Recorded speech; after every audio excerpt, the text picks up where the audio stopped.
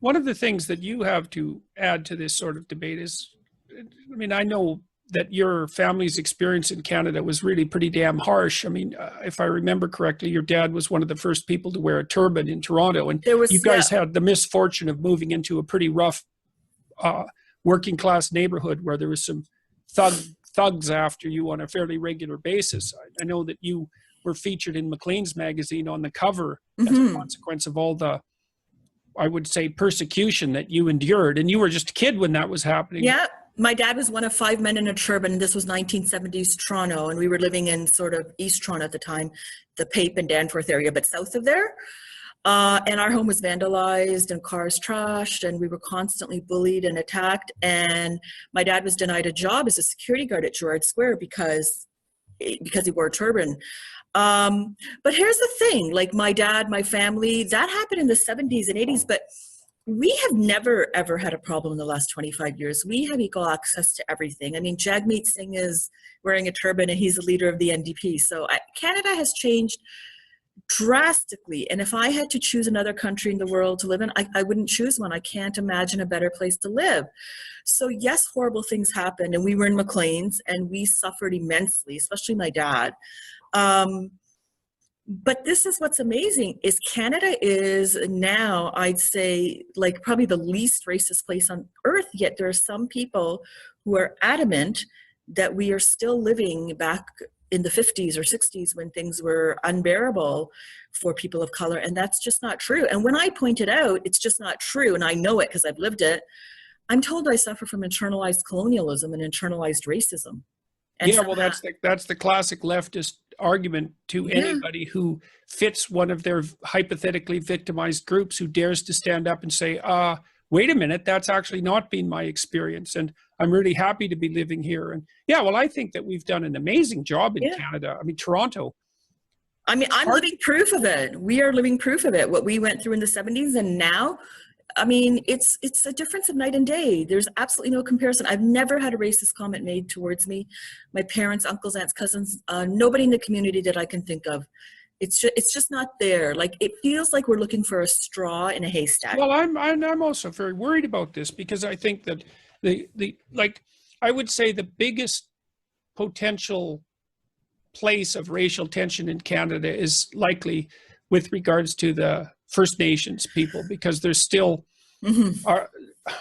our legal and social systems are not well structured in relationship to First Nations people. There's a whole variety of reasons for that, including the fact that most of the reservations are like small towns. Yes. And small towns are dead. Like if you go to Saskatchewan, there were thousands of small towns in Saskatchewan in the 1960s. They were everywhere and they were thriving.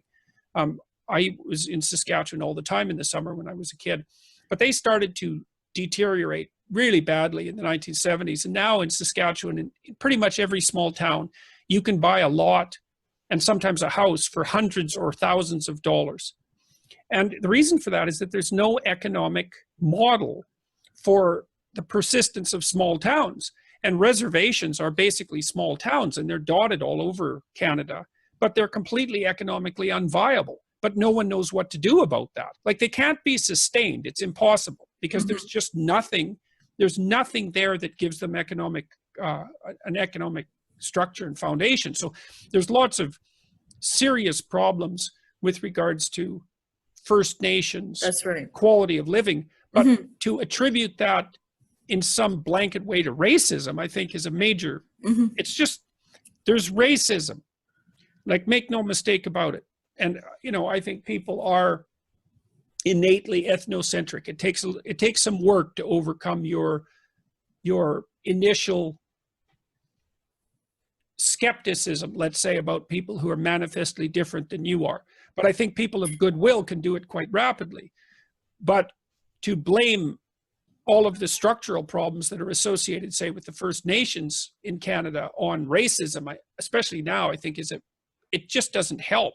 I also think that the fact that the radical leftists keep beating the drums about systemic racism and about racism in general, I have felt a palpable increase in racial tension in Canada over the last 2 years, and I think it's directly attributable to that.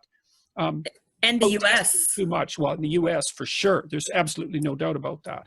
And that's so strange in the aftermath of the Obama administration, when exactly the reverse should have happened. Well, you and I were having this conversation, and I had said to you that I was going to read up a bit more, and actually that's what I did last night. So there was a November Washington Post article, November 2016, and it said out of the 700 counties in Pennsylvania, Ohio, Wisconsin that voted for Obama twice, predominantly white counties, a third of them flipped and voted for President Trump. So the racism argument just doesn't wash, because if you vote in a black man twice for president, especially in Ohio, I think, where there was 37 counties that voted predominantly white, that voted President Obama in twice, and then they flipped and turned to Ohio. And I've been raising the red flag on this for a long time. I've been saying to people that I really believe that President Trump's victory, he's ill-equipped to be president, we all know that, he's no clue what he's doing, was an absolute signal that the regressive leftists had driven people crazy and insane, and they were frustrated and fed up for being called bigoted. They were sick of being talked down to.